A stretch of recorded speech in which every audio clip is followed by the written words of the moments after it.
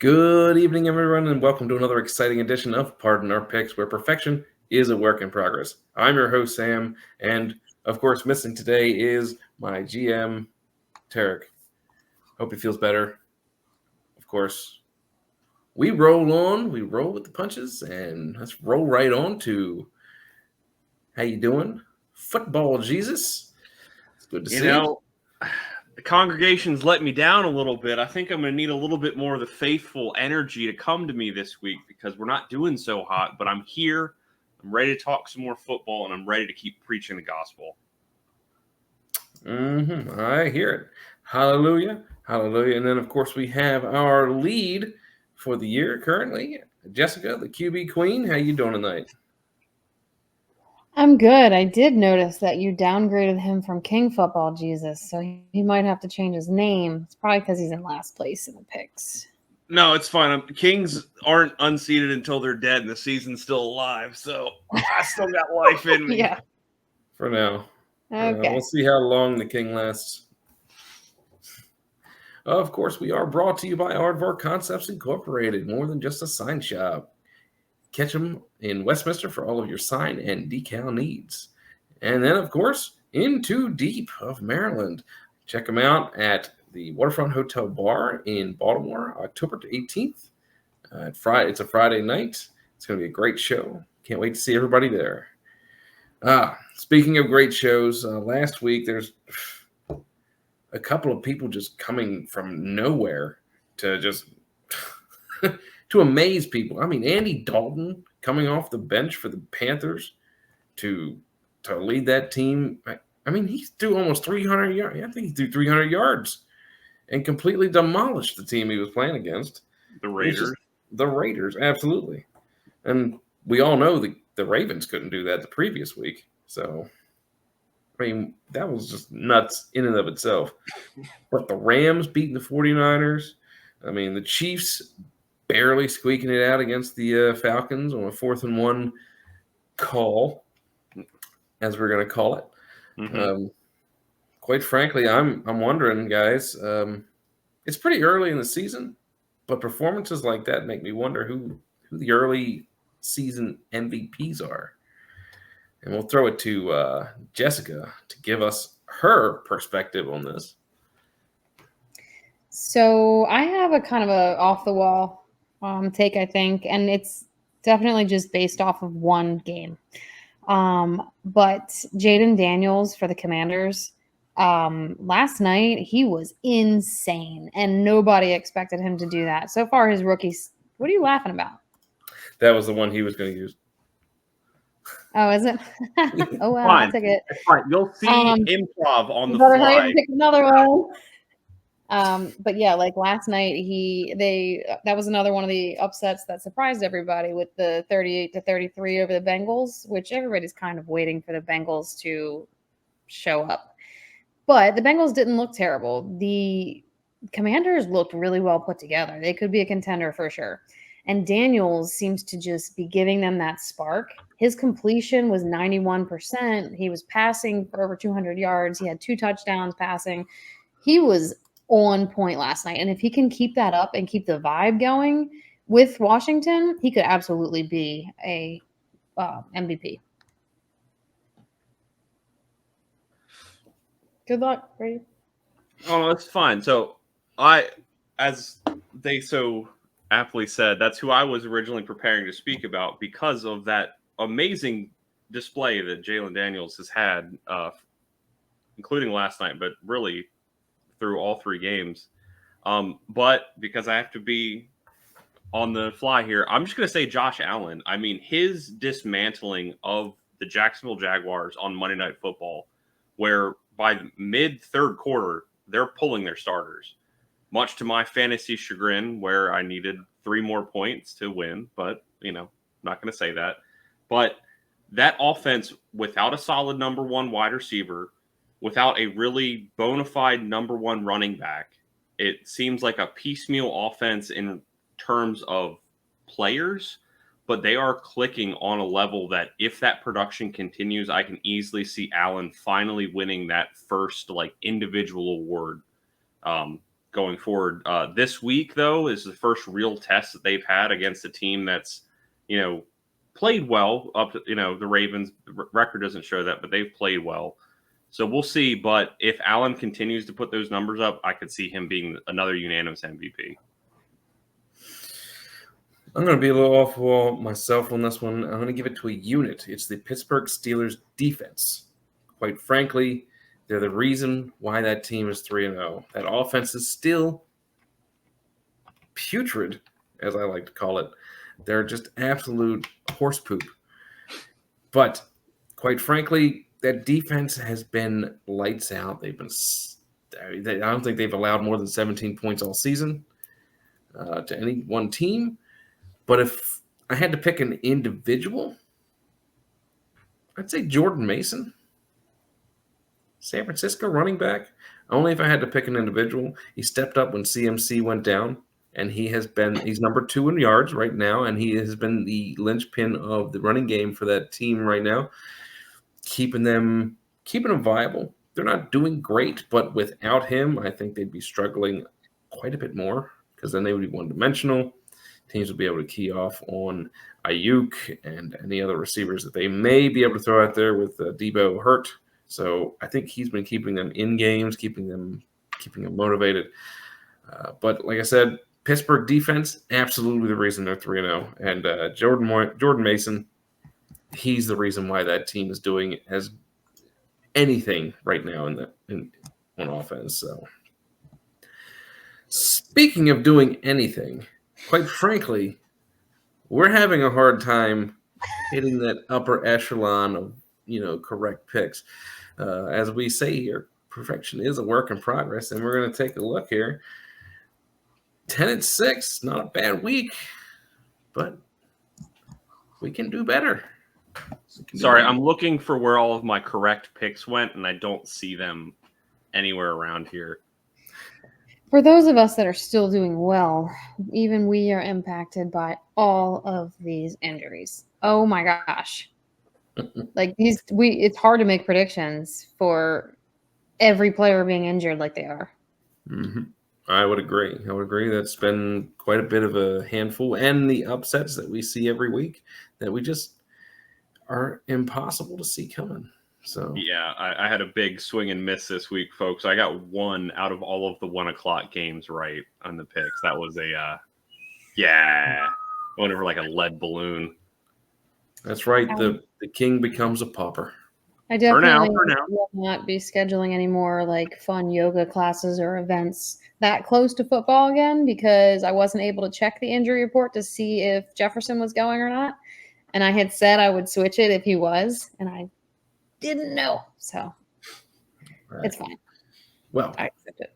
That's okay. Let's get into our games of the week. We're going to start with football. Jesus, give us that gospel from on high. Well, since she stole it from me in the opener, I'm going to steal it from her here. I've got the Washington Commanders playing the Arizona Cardinals. These two teams, I think, are very similar on paper. They have a pretty good running back. They have a wily quarterback, and I use the term wily not like a wily veteran, but someone who is extremely hard to tackle. I mean, Kyler Murray's been doing it for a couple of years now. Jalen Daniels, he's a rookie, but last night against the Bengals defense, it looked like he was playing a JV team. He was getting the yards on the ground. He was throwing passes looking like a 10-year vet to wide open receivers. So, and excuse me, the Arizona Cardinals played Detroit last week, and they really stuck with them, albeit for one trick play on Detroit's offense. That game was a one-score game. It was an extremely close game for all four quarters. So I see this game being extremely close too. Arizona's defense is no slouch, and Washington's defense matched up really well against a arguably really good offense in Cincinnati's. So I see this game being very close. I see it coming down to a last-second field goal, and to have a last-second field goal, you need a really good kicker. And Austin Seibert of Washington has been absolutely nails after being signed during the season. So I'm going with Washington in this one. And early season predictions starting, I have the Washington Commanders winning the division this year based on the state of their play currently. But this game is going to be exciting to watch because of the play of the two quarterbacks. You are a bold, all or nothing kind of person. I'm not going as far as to say that they will win the division yet. But I do think it's going to be a really close game. I think it's going to be a really good, fun game to watch. They are super similar, and they have offensive weapons in the air and on the ground. I am going with the Cardinals, but I think Connor is going to have a bigger game than he had last week. And it's not going to be as high scoring as week 2, but I think it's going to be, what did they score? Like 13 points last week or something. I think it's going to be like 23-20 or so Cardinals. Interesting. I think Washington may have a budding superstar in their quarterback, and I hate to say that because I don't like the Washington Commanders, as well as most of the teams in the NFC East, mine included at this point. But given the state of things in there, they got a great receiver. Running backs are coming together. The defense has been holding strong. Arizona, they're okay. They're not great. I don't like Kyler Murray. He's a little dude who just doesn't seem to grasp what it means to win games for his team, to put them on his little back and carry them across the end zone line that is so far away for his little legs. But all I know is that Washington has a great chance to win this one. I think Washington could be up 3-1 after this week and putting themselves in prime position to be in first place in the division. I got Washington. I don't think it's going to be close. Talking about bold. Now, let's get into our next game of the week. The QB coach, Jess. What do you got drawn up for us today? So I have the Minnesota Vikings at the Green Bay Packers at Lambeau Field. I think everybody that plays at Lambeau Field earlier in the season is thankful to do so without all of the impending snow that they might face later in the year. And with that being said, I think this is going to be kind of an interesting one because of the running back situation.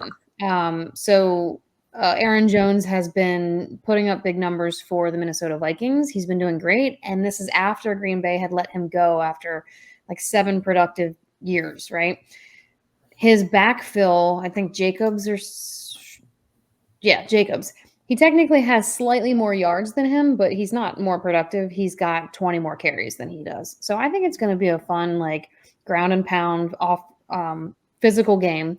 They've got some really good pass rushing too on Minnesota, and I expect Minnesota to come out on top on this one. The Packers rushing offense is one of the better ones, but I think that the Vikings are going to hold them to a low-scoring game. I think it's going to be, say, 17-15-ish, close game, at least 2 rushing touchdowns. I think is Jordan Love playing? I think so. No, it's still Malik Willis.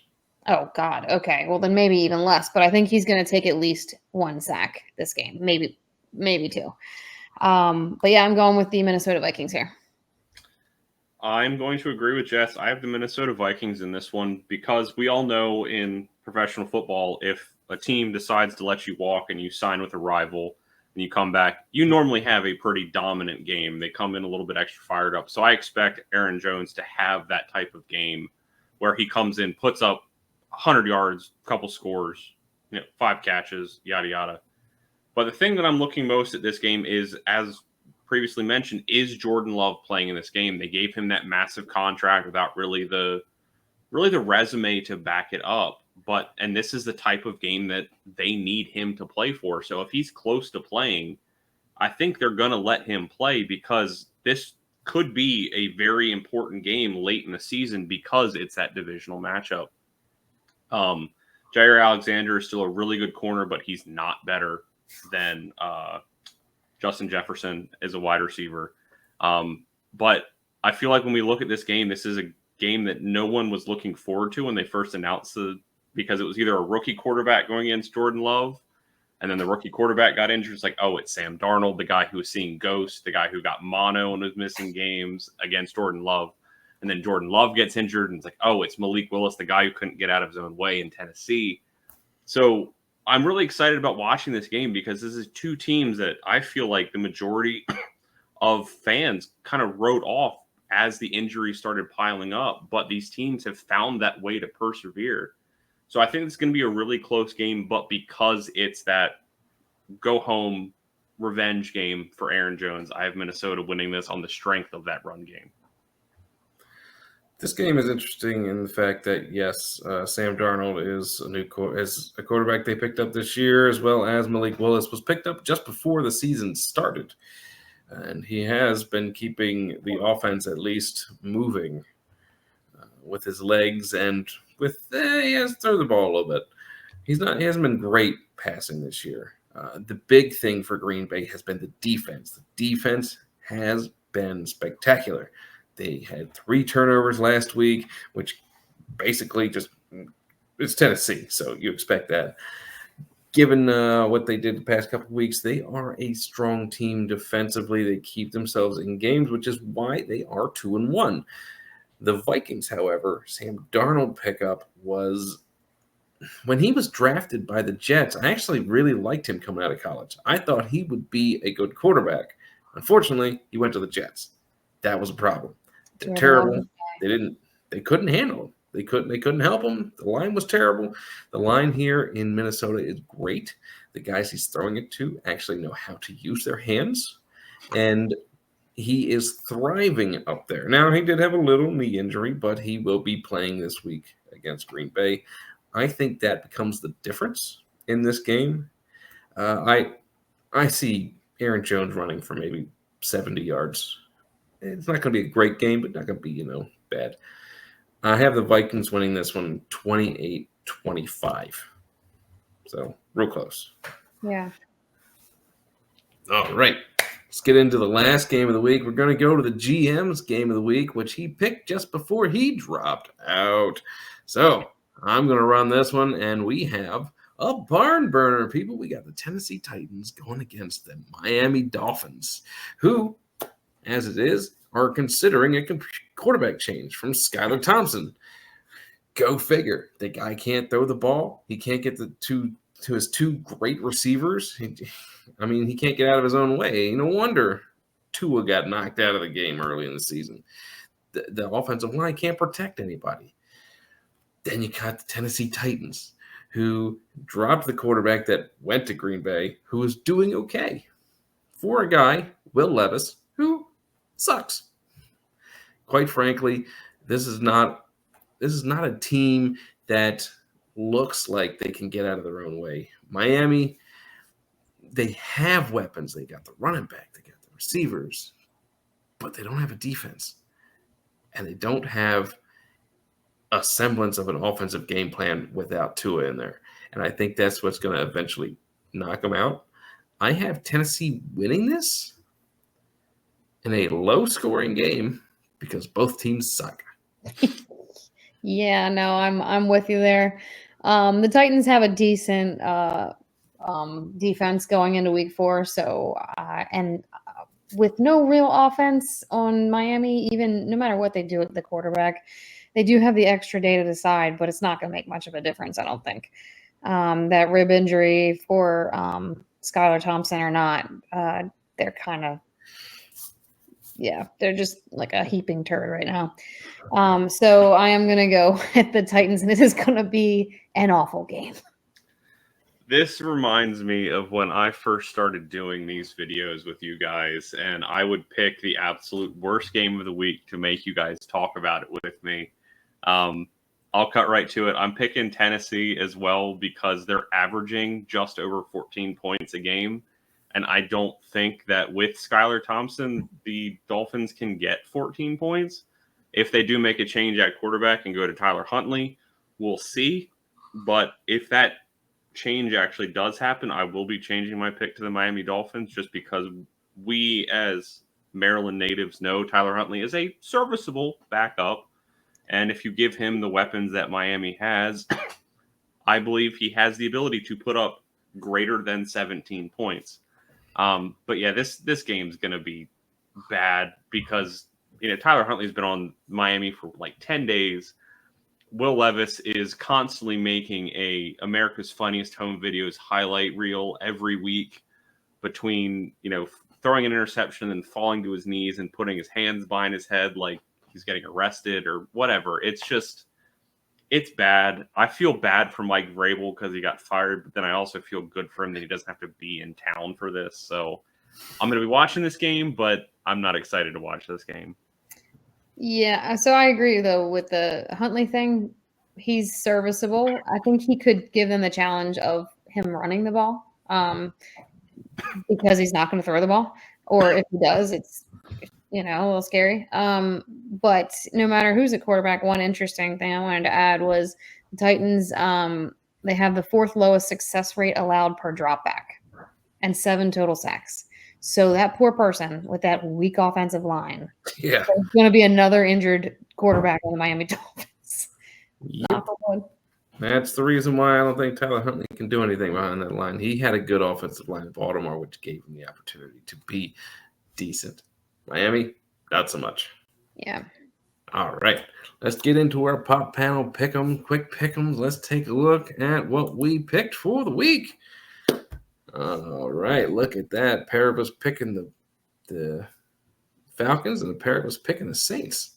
I said last week that I was on board with the Falcons, but seeing some of the decisions that Kirk Cousins made and his really inability to move, because I still think he's hampered by that Achilles injury that he suffered last season, I really can't pick them in good faith.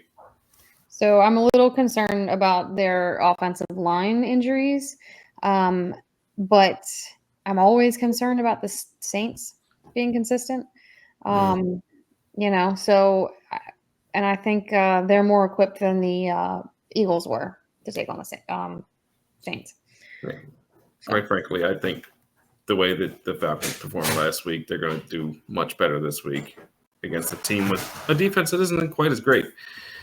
And didn't they play Kansas City? They did. They almost won. Yeah. So, yeah, honestly, that was robbed from them, which sounded like it was. I didn't watch the end of it. Okay, so we got time. We'll address this. Yes, that was a pass interference in the end zone, but there were 3 phantom calls that benefited Atlanta on their final drive. To make up for it? No, it was before that. Oh. Yeah, so I'm just saying it. As someone who sees Kansas City as being the New England Patriots or the New York Yankees, whatever you want, there were calls that went both ways in that game. But yeah, I just when a quarterback runs as bad as Kirk Cousins is and is making the decisions that he is, can't do it. The Chicago game, I picked it based on defense. The Chicago defense is good. Mm-hmm. I don't think Caleb Williams is the quarterback to throw it 56 times like he did last week. And I think Sean McVay and that defense are going to give him looks that are going to give him fits. I mean, what about the Giants, though? I guess nobody picked the Giants, but that's just probably because they're the Giants. They looked good last week, though, but it was the Browns. It was the Browns. All right. Only one person picked the Pittsburgh Steelers, the undefeated Pittsburgh Steelers at that. I'm honestly surprised at that because of how bad Indy's defense has been playing. And and how well Pittsburgh's defense has been playing. See, that would concern me if Pittsburgh had an offense. They're getting better. I think so. I'm on the fence here. I usually go with the route of the better, the really good defense is usually my choice. But Indy has just a high energy on their offense. They get it done. So I don't know. I think it's going to be really close. It's going to be a good one though. I also see in that game, like you have in Pittsburgh 2 quarterbacks who are fairly mobile. Russell Wilson on the tail end of his career, but Justin Fields. So that defense is prepared to go against someone with the skill set like Anthony Richardson, and they also have to prepare for Lamar Jackson twice a year. Mm-hmm. So that was something that I thought of when I made my pick for the Steelers. And as is tradition, at least one of mine may change. Carolina. Mm. I'll have to think about it. Andy Dalton is starting the next game. I mean, it is a return to Cincinnati for him. That's true. But Cincy needs to win too. Yeah, they're 0-3. And today, Adam Thielen for the Carolina Panthers was placed on IR, so he's out his top weapon. That's right. Yes. Yeah, I forgot about that. Yeah, all right. That'll probably change. And I don't think Carolina has the playmakers on defense to double cover Jamar Chase like Washington did on Monday night. So that coverage by Washington's defense, they stuck to their man. Like I was impressed. Now, granted, Jamar Chase and did fine. Jamar Chase still put up 30 points last night. So, but the coverage was so good. And then, of course, I am the only one to pick the Buccaneers to beat the Eagles. Is that a hopeful pick or is that an actual pick? That's an actual pick. I think the Buccaneers' offense has been much improved since last year, and I think the defense has also been improved. I think Philly's on a bit more of a downswing, and I think the Buccaneers are catching them at the right time. Yeah, I could see that for sure. The only thing that concerns me is that we all were making fun of the Broncos' offense, and they came out and they did well against the Buccaneers defense, and the Buccaneers offense could not get anything going last week. Yeah, the week that I picked up Baker because I had Tua. The week that I picked up Tampa Bay's defense. Sun shines on a dog's butt every once in a while. All right. Of course, we have the split on the Cardinals and Commanders, and I am the only one to pick Cleveland to win this week against the Vegas Raiders. I'm fully expecting that quarterback change to happen in Las Vegas and Aiden O'Connell to be that game manager that they need. They don't need a superstar, but they need a game manager. Is it going to be Aiden O'Connell? Right now, it's not. Don't get me wrong. I'm not a Gardner Minshew fan. I've made that clear. But you're not a fan of Minshew magic? I don't believe in Minshew magic at all. I believe he's reckless. Did he beat the Ravens? Yes, the Ravens did not play to their full potential. But you better be careful. The Giants are playing the Cowboys, Sam. Oh, yeah, those are always close. I don't care who's doing good or whatnot. So, but I know that. It's hard for me to pick Cleveland in general just because of Deshaun Watson. But you just can't massage it into the psyche.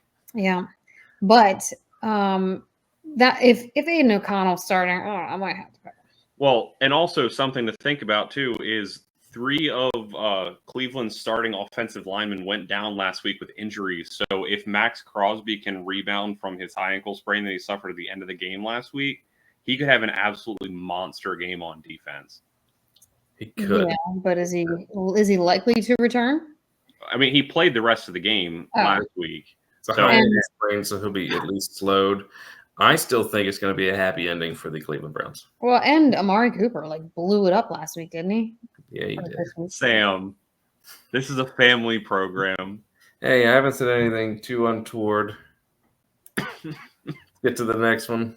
Of course, I am actually the only one to pick Buffalo, but I think it's just because they're hot. Yeah, go ahead, Brady.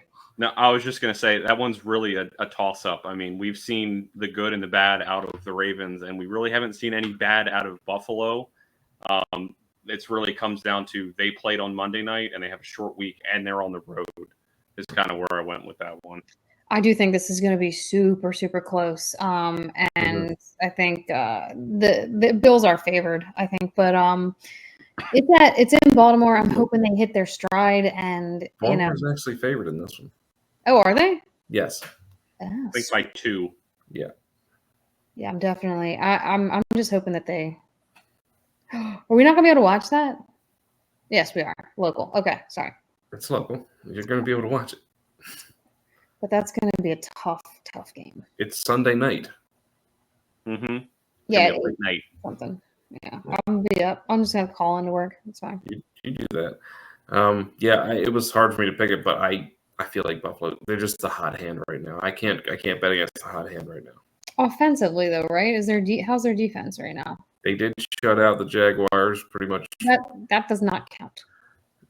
I mean, their defense has been okay.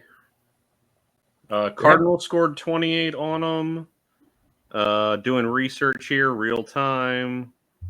Dolphins scored 10, Dolphins and they scored knocked 10. what's his name out of the game. Yeah. It's changed everything. And the And Cardinals then- scored 28, but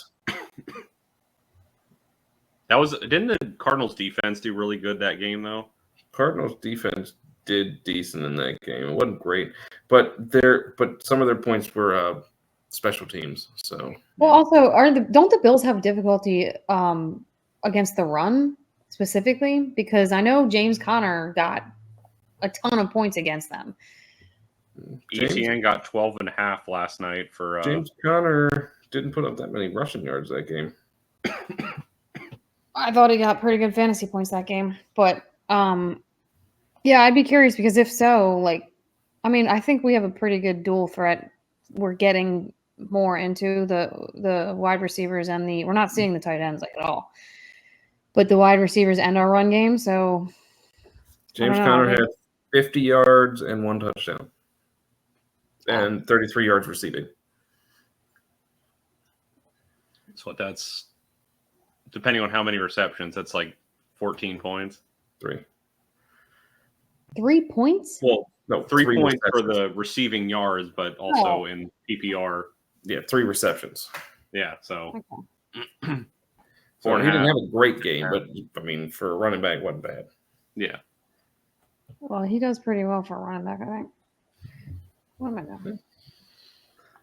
All right. All right, everyone. Don't forget to like, share, and subscribe. Tell us in the comments why I'm doing so bad. Carol, don't say it's because of my hair. Tell us how Jess continuously has this horseshoe that she's able to predict all the games right.